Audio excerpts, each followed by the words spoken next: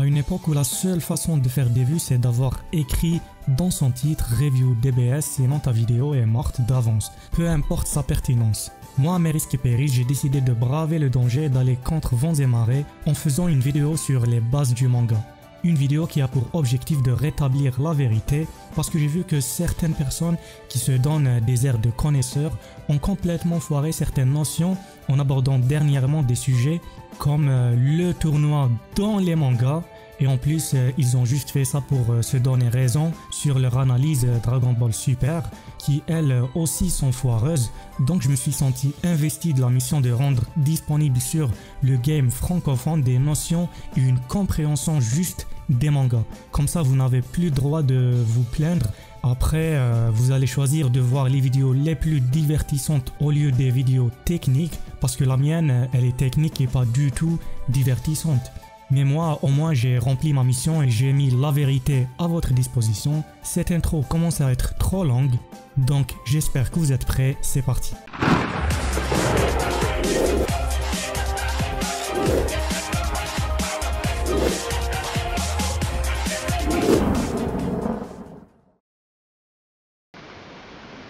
Yosh les corbeaux, j'espère que vous allez bien et patati patata et vous en foutez de tout ça. Vous voulez juste que j'entame le sujet et ça tombe bien. I don't give a f***. Parce que c'est ce qui m'intéresse moi aussi. Alors le tournoi, commençons par dire ce que c'est que le tournoi dans un manga. Et c'est une compétition sportive qui se déroule en tour par tour, dont le nom tournoi. C'est pourquoi le Battle Royale par exemple n'est pas un vrai tournoi.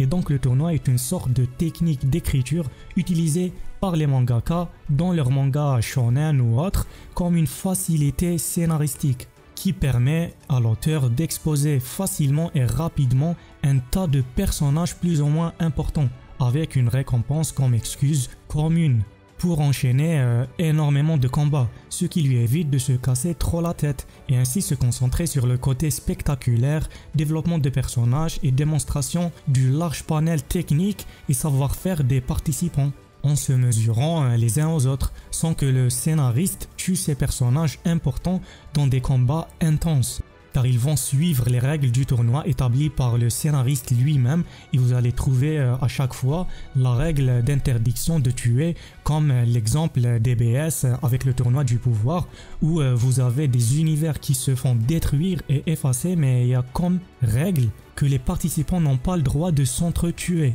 Ce qui n'est pas très cohérent ni logique, mais c'est un peu normal de tomber dans ce type de piège quand on veut avoir le beurre et l'argent du beurre, quand on veut essayer d'installer un enjeu déterminant en utilisant des facilités scénaristiques, n'est-ce pas monsieur Toriyama?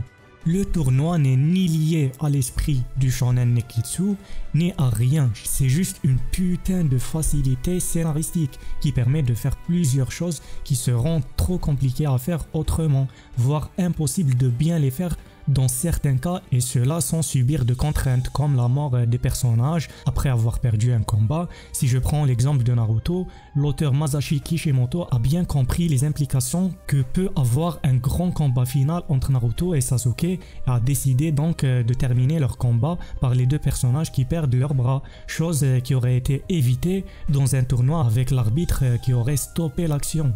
Il faut savoir qu'il n'est pas du tout important d'inclure le tournoi dans un shonen et même dans un neketsu si l'auteur a les qualités requises pour bien porter son œuvre. Et j'irai même plus loin en disant que le tournoi est quasiment toujours une phase de transition qui sert de mise en place scénaristique plus qu'un réel dénouement en soi. Il y a Naruto par exemple avec le tournoi qui a juste servi pour mettre en place les combats finaux Orochimaru vs Sarutobi et Naruto vs Gaara qui eux se devaient de se produire hors tournoi histoire d'avoir l'intensité d'un fight de fin d'arc dans lequel il y a un danger de mort et d'extinction. Chose que les mangaka actuels ont très bien compris, ils l'ont tellement bien compris qu'ils stoppent pratiquement tous leurs tournois sans les laisser se terminer. Que ce soit dans Naruto, DBS, DBZ, One Piece, tout un tas de mangas, si vous avez suivi un peu, vous devrez savoir et avoir vu que beaucoup de mangas arrêtent leur tournoi avant sa fin. À vous de comprendre pourquoi. Enfin, je vais un peu vous aider à comprendre aussi. Parce qu'en fait, ils ont compris que tu ne racontes rien avec un tournoi. Tu ne crées pas de moment culte, tu vas juste faire quelque chose de divertissant. Si tu veux faire un manga culte, tu mets en place des combats qui arrivent suite à une histoire et non suite à un tirage au sort. Et on peut me sortir des cas particuliers pour me contredire, mais qui ne tiennent pas la route quand on creuse un peu la chose, comme Rock Lee vs Gaara. Et ça, je suis désolé, mais si ce combat était si bien, c'est surtout parce que l'auteur a bien pris soin de s'étendre sur les deux personnages avant le tournoi, d'abord avec l'apparition de Gaara perché à un arbre, ensuite Gaara dans la forêt de la mort et Rock Lee qui humilie Sasuke en dehors du tournoi. Comme ça l'auteur les a bien développés. Ensuite c'est ce développement qui a rendu leur combat intéressant dans le tournoi. Mais sinon je vous assure que Gaara vs Rock Lee, ça aurait rien donné scénaristiquement parlant si on connaissait rien d'eux, et c'est vérifiable quand on voit les autres combats du tournoi qui sont pas si grandioses que ça, et c'est parce que l'auteur n'a pas pris le temps d'introduire tous ces personnages et de nous donner des détails sur eux a priori. C'est pour ça qu'il faut pas prendre le combat le plus impressionnant du tournoi, dans ce cas là c'est Rock Lee contre Gaara, pour dire « Ah voilà j'ai raison ». Votre cher Toriyama aussi a compris ça. C'est pourquoi il n'y a pas de réel tournoi dans DBZ. Je dis bien réel, parce qu'il a bien vu qu'avec Dragon Ball, il a fait un manga super amusant et divertissant, mais c'était pas si marquant. Les gens allaient adorer, puis 5 ans plus tard, on n'en parle plus. Et si on parle toujours de cette œuvre, c'est grâce à DBZ, dans lequel l'auteur a compris que pour s'inscrire dans la légende, faut jeter les tournois à la poubelle. Donc on a l'arc des Saiyans sans tournoi, ensuite pareil pour l'arc Namek, pareil aussi pour l'arc Cyborg et Cell. Et ne me sortez pas le Cell Game qui n'a de tournoi que le nom, parce qu'il y a juste eu Goku et son fils affrontant le grand méchant loup, et ça a fini avec le tournoi de l'arc Boo qui n'est pas un vrai tournoi mais juste une transition, l'histoire ne tournant pas du tout autour de lui. Donc vous voyez, quand on me donne 2 exemples à la noix, moi je peux vous sortir 100 000 exemples et solides en face. Je peux donner One Piece en exemple et on n'a eu aucun satané tournoi sauf le tournoi de Foxy qui était juste un sketch bonus de quelques épisodes. Donc allons-nous dire que, puisqu'il y a eu une absence de tournoi dans One Piece, ça rend cette œuvre merdique? Ben non, et 1000 fois non. One Piece est un putain de chef-d'œuvre de créativité, d'émotion et de bonnes idées bien abouties. Et il n'y a pas que One Piece, il y a aussi tous les mangas mecha qui ne font pas de tournoi. Il y a Dragon Quest, petit clin d'œil à Edge, qui n'a pas de tournoi, et la panoplie de mangas cultes et sans tournoi est super longue. Explorons maintenant l'envers du décor en précisant les 2 types de tournois qu'on peut avoir dans un manga. Et vous allez voir qu'ils n'ont pas que la forme qui diffère, mais le contenu aussi. Numéro 1, le tournoi 1 contre 1. Numéro 2, le tournoi tous contre tous. Dans le premier, c'est tout simple. Les participants sont toujours très peu nombreux. L'auteur peut se trouver une astuce pour expliquer le petit nombre, comme dans DBZ avec l'arc Boo, Toriyama a trouvé comme astuce la machine qui teste la force de frappe, et Vegeta qui la détruit à la fin. Dans d'autres mangas comme Naruto ou Hunter x Hunter, l'auteur fait un pré-tournoi type course-poursuit / survie. Pour Naruto, ça s'est passé dans la forêt de la mort et les auteurs profitent de cette phase pour conserver les personnages importants et mettre en lumière les participants les plus intéressants. Ensuite vient le deuxième type de tournoi qui n'est pas un tournoi. Désolé de m'être un peu foutu de votre gueule. En même temps, si vous étiez concentré, vous l'aurez remarqué. Le deuxième type est juste une sorte de bataille royale. Or, comme je l'ai expliqué au début, un tournoi se fait en tour par tour. D'où son nom tournoi, ça vient du mot tour. Donc 2 combattants se battent l'un contre l'autre ou 2 équipes qui se battent l'une contre l'autre et les autres participants attendent leur tour. C'est ça un tournoi. Or ici les participants sont lancés d'un seul coup, il n'en restera qu'un ou une seule équipe, du moins c'est le but.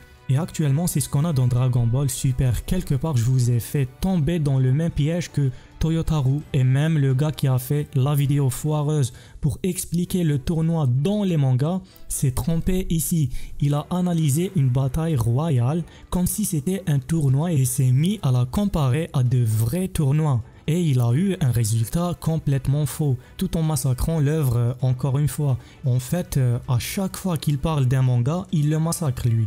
Et pour vous expliquer le tournoi du pouvoir de DBS, je vais citer One Piece avec la bataille royale de Dressrosa, qui a servi de transition pour la réelle bataille entre la famille Don Quichotte et les partisans de Luffy. On remarque dans cette bataille royale que l'auteur n'a présenté le background d'aucun personnage. Il a juste fait les introductions pour les personnages importants comme Cavendish et on n'a pas vu de flashback ni vu les combats des autres groupes. On a juste vu le groupe de Luffy se battre et on s'est concentré surtout sur Luffy. L'auteur a juste pu nous montrer quelques capacités de certains personnages. Cela veut-il dire que Oda ne sait pas écrire une bataille royale ou un tournoi?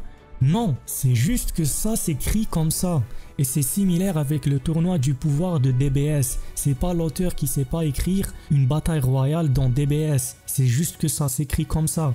Pas de flashback, très peu de visuels sur les autres participants des univers, quelques introductions pour certains personnages seulement, et voilà, c'est tout pareil comme One Piece. Et ça diffère d'un tournoi où on peut exposer les choses autrement. Donc, faut pas se plaindre de ce qu'on a avec Kale, Caulifla ou Jiren, parce qu'une bataille royale, ça s'écrit comme ça.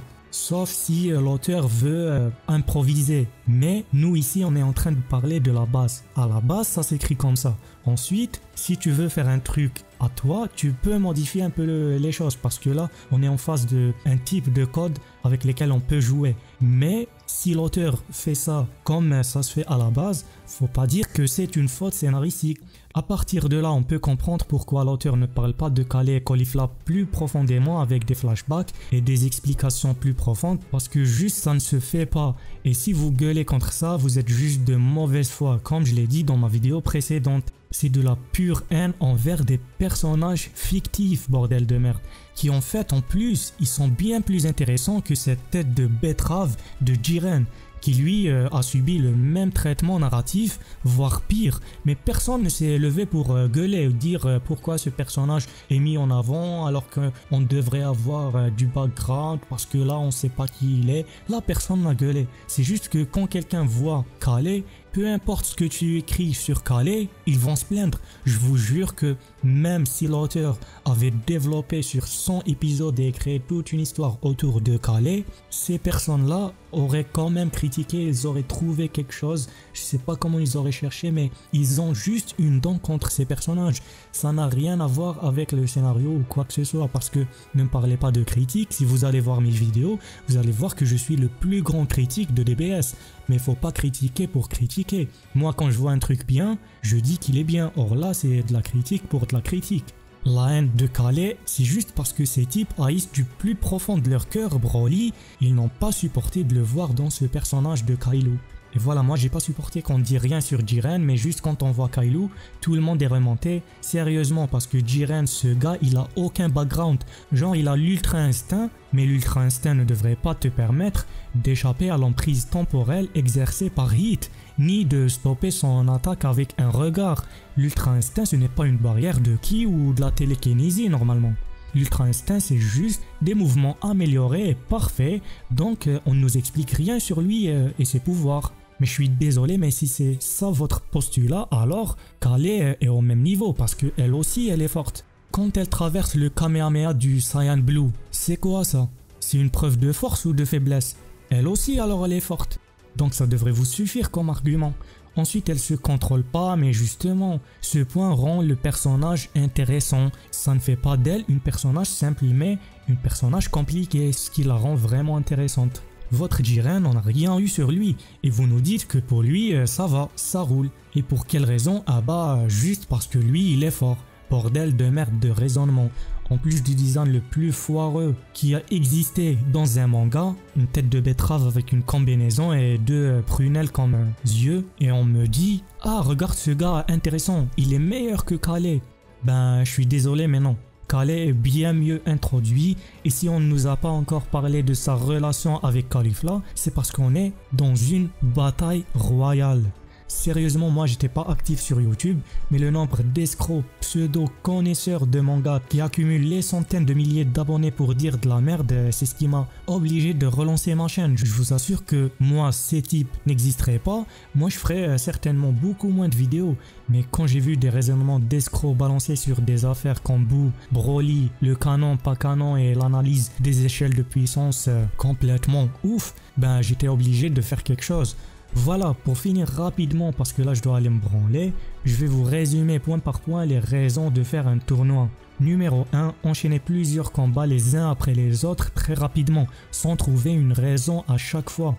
Numéro 2. Présenter plusieurs persos en même temps. Numéro 3. Avoir des personnages qui peuvent regarder le combat et le commenter pour guider le spectateur et lui expliquer les bails tenants et aboutissants du combat. Numéro 4. Faire des combats avec des règles. Pas des règles de type ragnagna, mais de type loi, interdiction et permission. Ce qui permet au personnage d'avoir une raison d'y aller à fond sans s'entretuer ou d'expliquer pourquoi les amis du héros ou du méchant n'interviennent pas, par exemple.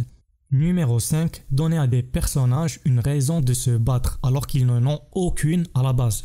Numéro 6, et c'est le dernier, perdre dans des combats intenses sans mourir à la fin.